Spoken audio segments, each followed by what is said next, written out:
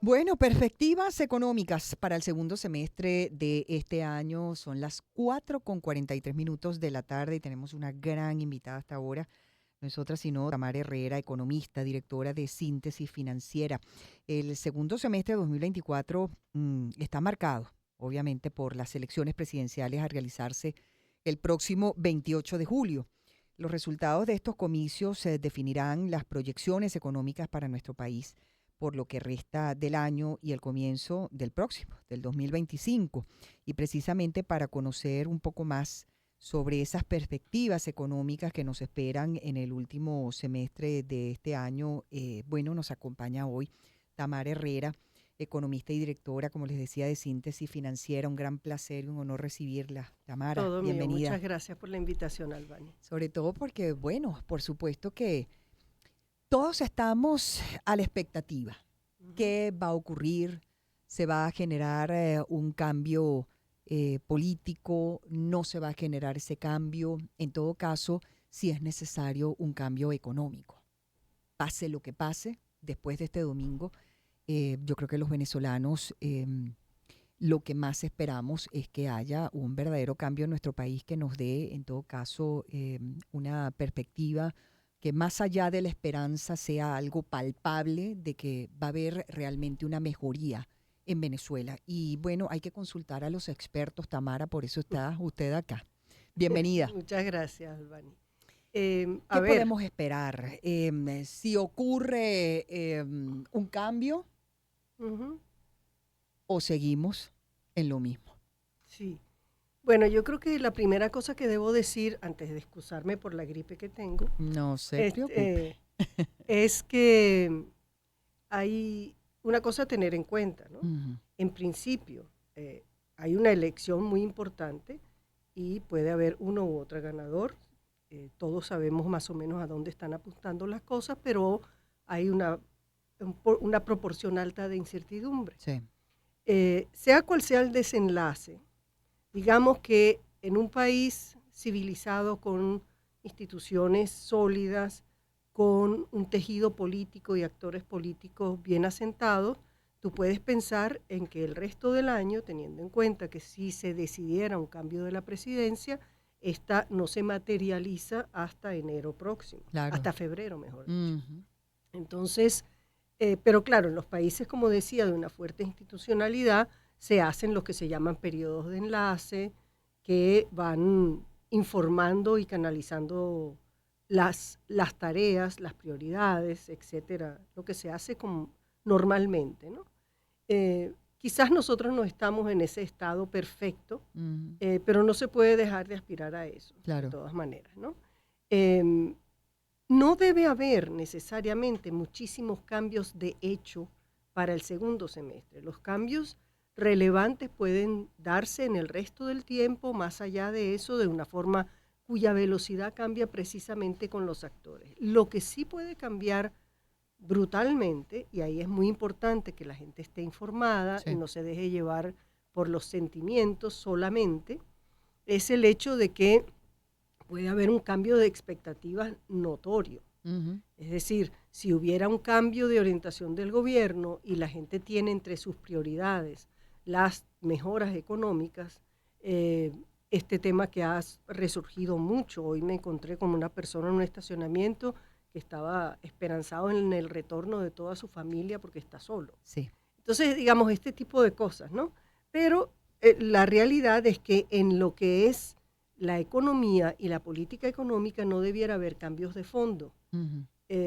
Si se mantuviera el actual gobierno, lo que vamos a ver es el mantenimiento de esta misma política que en este año, digamos, ha logrado una desaceleración especialmente fuerte Ujú. en la inflación, una estabilidad exagerada del tipo de cambio, Sí. eso Y una brecha probablemente una entre los dos brecha, tipos. Ujú. exactamente, ¿no? Entonces, ahí hay varias cosas que se están, digamos, como que incubando. Hay gente que tiene la convicción de que una vez pasado el hito del 28 de julio, esa estabilidad se va a perder. Nosotros en Síntesis Financieras no creemos que eso vaya a ser un proceso abrupto, salvo que lo que es el entorno del desarrollo político pudiera tener exceso de incertidumbre, alguna turbulencia, cosas de esa índole, ¿no? Pero ese no es nuestro escenario base, ¿no? Mm, Lo cierto es que difícilmente el gobierno, en su política económica actual, podría mantener eh, lo que es virtualmente un tipo de cambio oficial planchado, mm, simplemente no porque no lo desea, sino al contrario, lo ha deseado y lo ha mantenido por un tiempo exagerado y se hace insostenible. Precisamente sí. esa brecha se amplía y le cuesta muchísimo al país por las reservas del Banco Central que están, bueno, del país, digamos, que se están poniendo los recursos externos para defender ese Bolívar que está, ese Bolívar que está menos golpeado y creo que es una defensa muy costosa para el país. Mm, Entonces sí es dado esperar para aquellos que están pendientes de cuál es el comportamiento del tipo de cambio, que haya una aceleración algo mayor de esa depreciación, pero la brecha debiera cerrarse. Si todo depende de la capacidad financiera mm, y el entorno y la claridad con la que los actores de política económica, los hacedores de política económica, transmitan la idea. Pero en principio estamos hablando de que hay una depreciación mayor en el segundo semestre, no necesariamente tiene que ser un desbocamiento. ¿Y de qué depende eso? Uno, de las expectativas del entorno político y de que no haya noticias adversas en el ámbito petrolero, que es la fuente principal de ingresos que está demandando tanto recurso para defender ese Bolívar. Solo en este mes el Banco Central, a nuestros cálculos, va casi a llegar a 900 millones de dólares solo en el mes de julio. Es un mes excepcional, porque es mm, un mes de gasto público y es sí. electoral, pero eso es un ritmo que no se puede sostener en el tiempo. Mm. Ahora, uno ve dos posturas.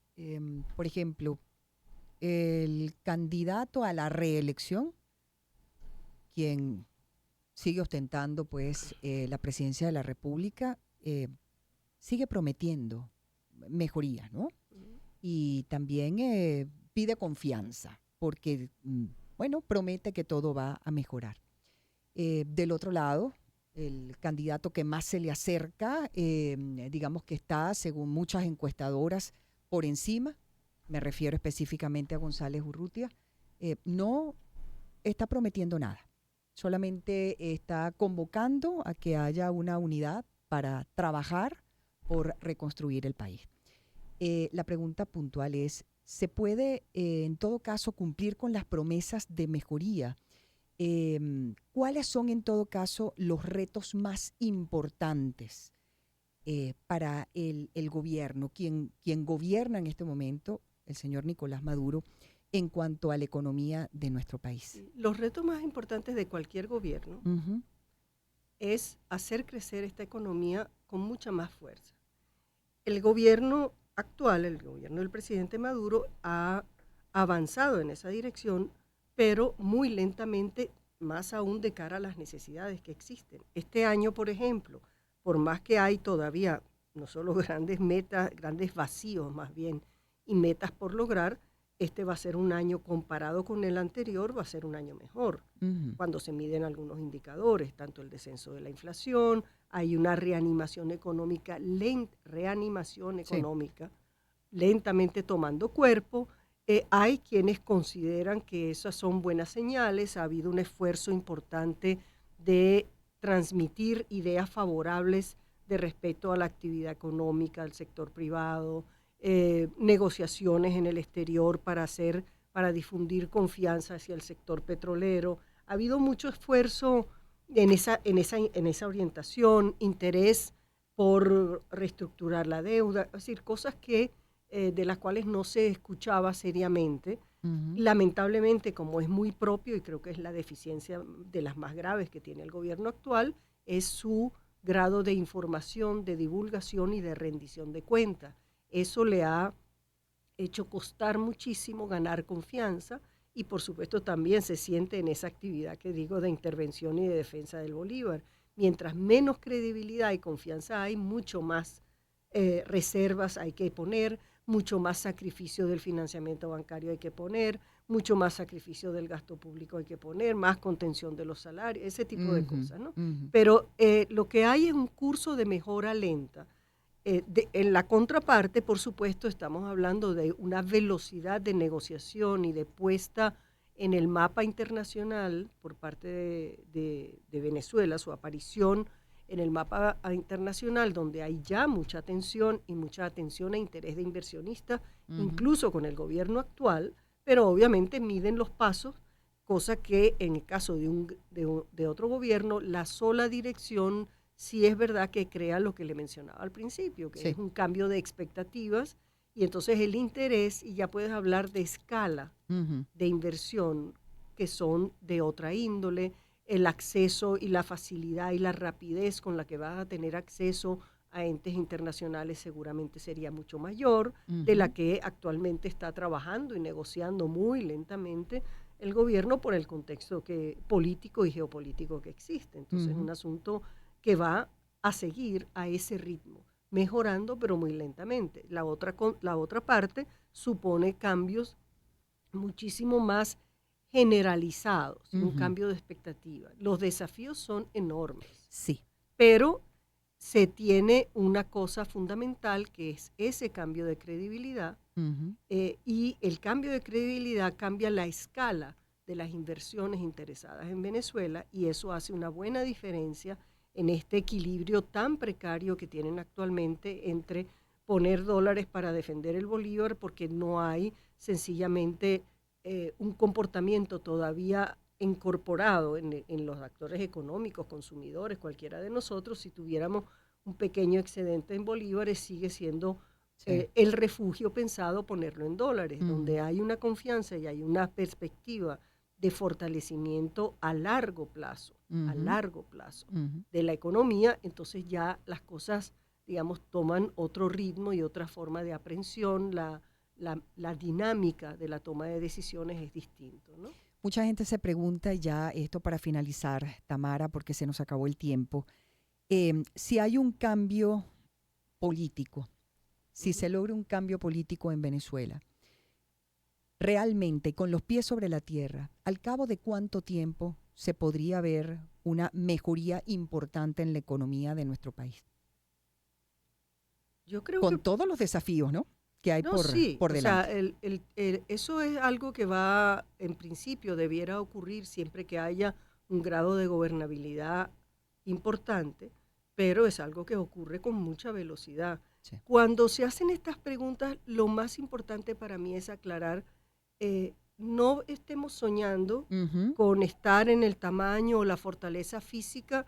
Si yo perdí masa muscular del 60% de mi físico, bueno, yo estoy en condiciones de trotar y tengo que poner a caminar muchísimas cosas. Eso va a ser a una gran velocidad mucho mayor que la de ahora.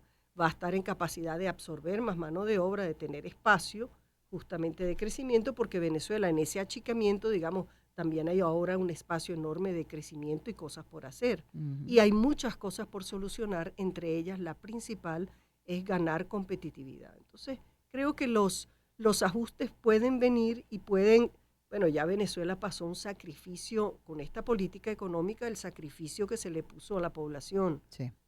para lograr salir de la hiperinflación, ya dura, este es el sexto año.